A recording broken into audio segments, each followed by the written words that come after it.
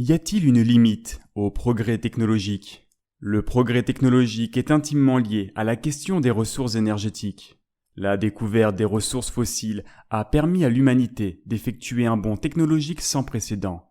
Mais face à leur raréfaction, de nombreuses personnes commencent à douter de la capacité de l'humanité à soutenir une croissance technologique qui améliorera le confort de vie de ses ressortissants.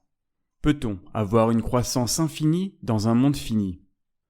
Voilà une phrase qu'on entend de plus en plus souvent. Partie de chez les décroissants, elle a fait son petit bout de chemin pour finalement se retrouver chez une large frange de la population. Partant de ce constat que le monde est fini et anticipant la stagnation, voire la décroissance forcée du confort et du progrès, ils font le choix de s'y préparer afin de choisir plutôt que de subir.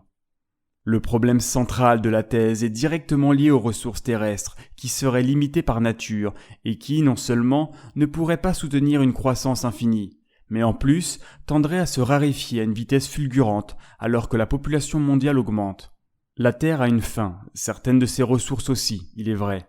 On pourrait cependant développer en quoi ce constat n'est pas catastrophique en soi et que cette limite n'appelle pas à un arrêt de la croissance économique évident. Mais voyons plus grand. Quand bien même la croissance ne serait pas infinie, qu'appelle-t-on notre monde ? Où place-t-on sa limite ? Et quelle est notre marge de manœuvre quant à une croissance technologique et énergétique finie ? Notre monde ne s'arrête pas à la Terre, et cette vision de l'effondrement n'est pas quelque chose de nouveau. En prenant du recul par rapport à nos aînés, nous pouvons aisément affirmer qu'à chaque fois que l'un d'entre eux pensait que le sommet de l'avancement technologique était atteint, il avait tort. La technologie qui sous-tend les objets de notre quotidien relèverait de la magie à une époque peu lointaine. Pourtant, ce pessimisme technosceptique persiste. Mais tout de même, l'empirisme pur n'étant pas un mode de réflexion, peut-on vraiment affirmer rationnellement qu'il n'y aura pas de stagnation définitive de la technologie simplement parce qu'il n'y en a pas eu jusque-là ? Que jamais aucun plateau ne sera atteint ? Si oui, serions-nous proches de ce dernier ? Peut-on mesurer le progrès technologique ? Quand nous parlons d'innovation technologique, sa mesure paraît peu évidente.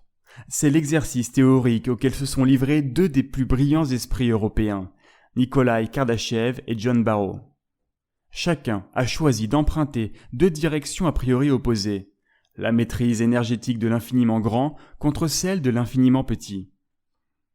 Kardashev est la capacité à exploiter de l'énergie cosmique. Nikolai Kardashev est un astronome soviétique qui a développé un concept dans les années 60, appelé l'échelle de Kardashev, qui vise à établir les différents niveaux atteints par une civilisation, bien que la civilisation humaine soit un concept peu pertinent en soi. C'est en ce sens que le terme est employé par notre scientifique, basé sur la technologie d'exploitation de l'énergie. Il admet dans cette échelle 3 types de civilisations. Bien que d'autres auteurs eussent détaillé davantage, il reste pertinent d'en utiliser seulement 3, puisque c'est l'aspect exponentiel de cette évolution qui constitue la base de son concept.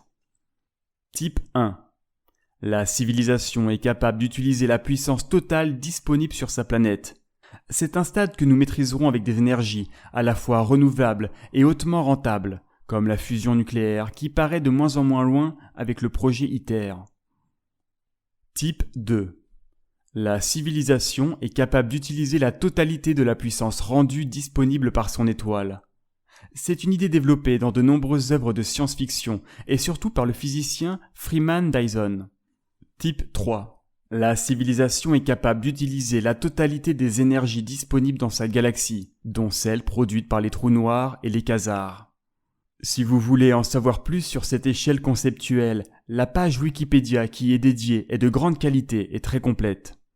Barrow est la capacité à manipuler la matière. John Barrow est un astrophysicien. Contrairement à Kardashev, il propose de mesurer le développement d'une civilisation par rapport à la taille des objets qu'elle maîtrise. Bien que la notion de maîtrise soit assez floue, affirmer que nous avons une maîtrise grandissante des nanotechnologies n'est pas excessif, à une époque où leur application généralisée ne relève que de l'avenir proche. De la même manière, nous avons une maîtrise bien que limitée des atomes. Bien que nous comprenions certains fonctionnements de particules plus petites que la mal nommée incassable, nous sommes vraisemblablement incapables d'affirmer que nous les maîtrisons, du moins pour le moment. Une double échelle. Plutôt qu'uniquement l'une ou l'autre, je pense qu'il faut considérer les deux, simultanément, pour vraiment appréhender le progrès technologique dans un aspect global. Percer les secrets de la fusion nucléaire d'un côté et découvrir comment capter l'énergie solaire de l'autre pourrait déjà nous offrir des sources d'énergie immenses. En cela, les échelles de Kardashev et Barrow sont vraiment complémentaires et on se rend compte que sur l'une comme sur l'autre, nous disposons de beaucoup de marge. Une limite ? Pour penser la limite du progrès technologique, il faut donc se poser la question des raisons pour lesquelles le progrès de la maîtrise de l'infiniment grand ou de l'infiniment petit stagnerait. Toute chose étant égale par ailleurs, il n'y a pas de raison qui impose une limite en soi. Si limite il y a, elle est en tout cas suffisamment loin.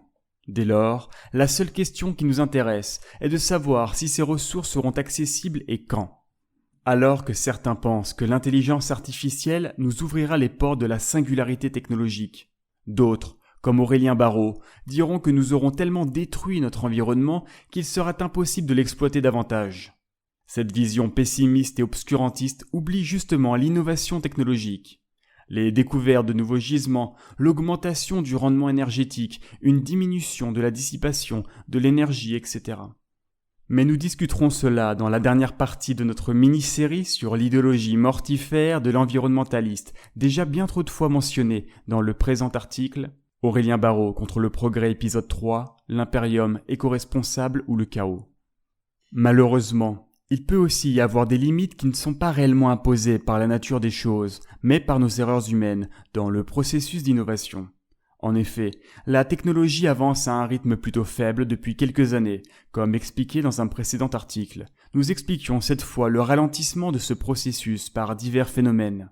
Et nous ne savons pas jusqu'à quel point les problèmes de centralisation, de manque de concurrence, mais aussi le nombre abusif de normes, de réglementations peuvent freiner le progrès technologique.